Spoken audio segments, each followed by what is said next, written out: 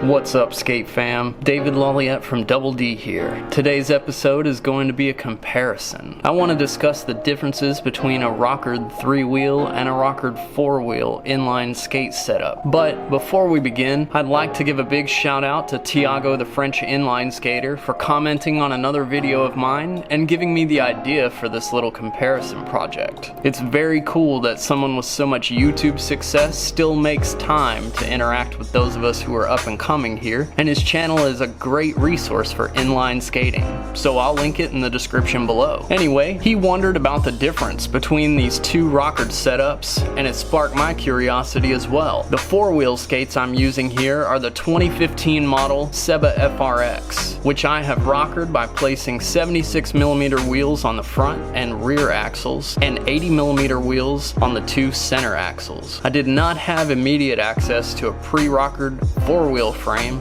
so I had to go with the classic method. The tri-skates, or 3-wheeled skates, I'm using are the 2018 Powerslide Hardcore Evo Pro. These came mounted to pre-rockered katana frames, so all wheels are 90mm and the rocker action is created by changing the sitting position of the axles. For a tutorial on how this works, check out the link in the description below. I heavily considered using my Rain Helios instead, but I already know because of my preferred style, it's my favorite pair of skates I've ever owned. So I chose to use the Evos not only because they are similar to the Seba FRX, but because the Helios bias in me is super strong. It's my intention to create as fair and balanced a comparison as I possibly can.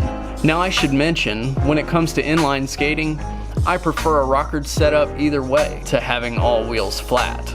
I first experienced Rockered skates when I got into ice skating and instantly fell in love with the action and control ice hockey skates provide when it comes to skating agility. There is no skate like an ice hockey skate when executing directional changes and tight turns, and rockering inline skates brings the agile feel of an ice hockey skate to the street.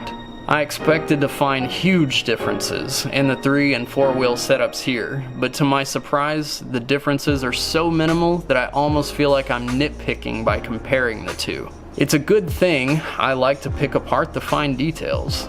So let's cover those differences and talk about how certain actions and movements feel, yeah? Number 1, jumping. On 4 wheels, jumping feels a bit more stable. It just makes sense. In either skate, only 2 wheels at a time have full contact with the ground. However, on 4 wheels, you can land on the true center of your feet, allowing for a full knee bend to avoid any excess shock. The risk, of course, being that you're more likely to end up rocking your skates right out from under yourself if your landing is not properly centered. The tri-skates do not balance on the center quite as well, as the center wheel acts more as a pivot for turning.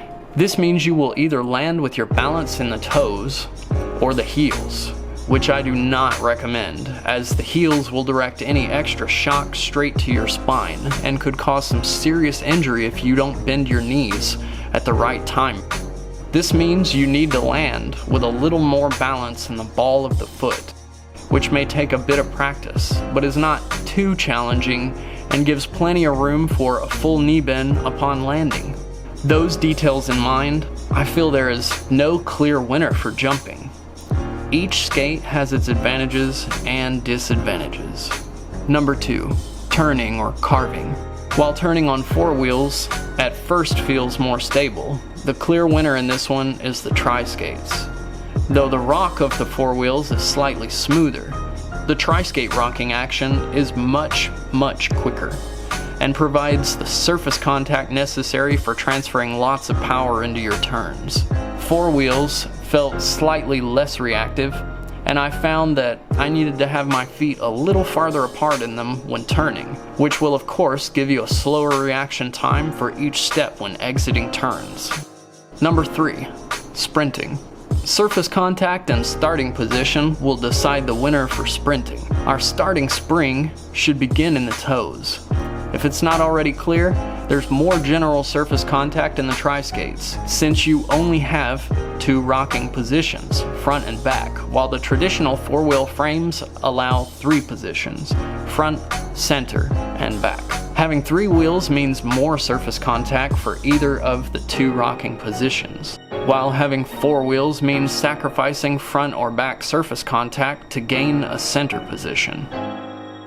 All this considered, the tri-skates begin in a much more stable and aggressive forward takeoff position and have more spring in each step.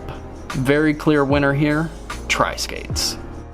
Number 4, slalom tricks. When it comes to slalom, or any kind of skating dance for that matter, I personally want all my transitions from heel to toe to look smooth and seamless. Having 3 positions of balance means being able to rock the 4-wheel skates from front to back with a more gradual motion. This makes moves like the grapevine and the crazy up here and feel a lot smoother than the 3-wheel skates, which again only rock between front and back stances. This would place the 4-wheel skates in the winning position for slalom. However, the debate doesn't end here. Dance in slalom is also about drawing intricate shapes while traveling on your edges and being able to cut tightly between and around cones. The tri-skates do this much better, as their cornering and carving is much tighter. I have to call this one a tie. This category can only be decided by how you have developed your personal trick style and what you will want from your skates when it comes to dancing on them. Number 5, crossovers.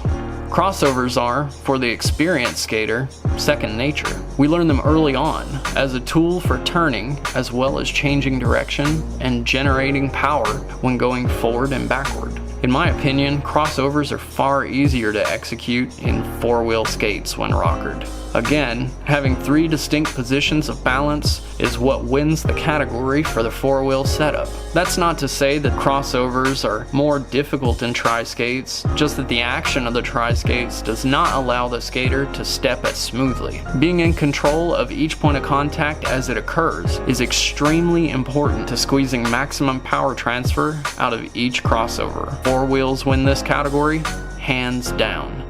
Number 6. Forward to backward transitions. This is a simple movement that skaters of all levels either know or want to learn. This one is purely about preference and your personal style. I prefer the feeling of 4 wheels for this motion. In my style, this is another winner for the seamless action of its 3 contact points. Transitioning on 3 wheels means going directly from one point of balance to another, and a quick rocking can feel abrupt. However, the center wheel acting as a pivot for the tri-skates gains its own advantage here, meaning that transitions on 1 foot are clearly quicker and much more stable than 4 wheels. A skater could easily get used to either motion and come to love both for different applications. I'll call the transition a tie. Number 7, power stopping. It stands to reason that carving is a key element in executing a solid power stop. So for the same reasons tri-skates win the carving category, they also win the power stopping category. That's not to say that 4 wheels don't have a good stopping action, but the quickness of weight transfer the tri-skates provide allows stopping to occur much quicker. Considering tri-skates also win for sprinting, it stands to reason that stop-start agility is heightened. I'm feeling quite a bit quicker on them than the 4-wheel skates. Number 8, speed. Speed is less to do with the rockering and more to do with the size of your wheels. The Seba FRX sports a 255mm wheelbase, with the largest wheels I'm using being 80mm. The Powerslide Hardcore Evo's frame comes in at only 225mm, while allowing 90mm wheels. Even with a wheelbase that is 30mm shorter, the overall speed of the tri-skates is much faster. I had to work very hard to gain the kind of speed the tri-skates allow out of the 4-wheel setup. Clear winner for speed, tri-skates. My conclusion is that technically I have no winner here. I love both setups and will be rolling each for a different day. The 4-wheel rocker stands out to me specifically because it feels just a little closer to a true ice hockey skate with its smooth rocking action. However, since I enjoy city skating the most when it comes to inlines, I have to say I prefer the tri-skates. The pivot action of the center wheel quickness of rocking, wheel size and speed, as well as carving control make it feel like the better choice for me, which sort of explains why the Helios hockey skates are my favorite skates. That doesn't mean I'll be hanging up my 4-wheel setup anytime soon, but my experience with these two skates leads me to believe I would be best served using them for dance and slalom, while sticking to the tri-skate setup for curb hopping and traffic skating. And that wraps up my comparison of the 3 and 4-wheel Rockered inline skates. For more skating content and a soon-to-come review of the new Atom Pro Speed skates, click the subscribe button and don't forget to tap the bell next to it to ensure you don't miss any of our upcoming product reviews and comparisons. Don't forget to help us out by giving us a big thumbs up. Keep skating, and I'll see you the next time I lace up.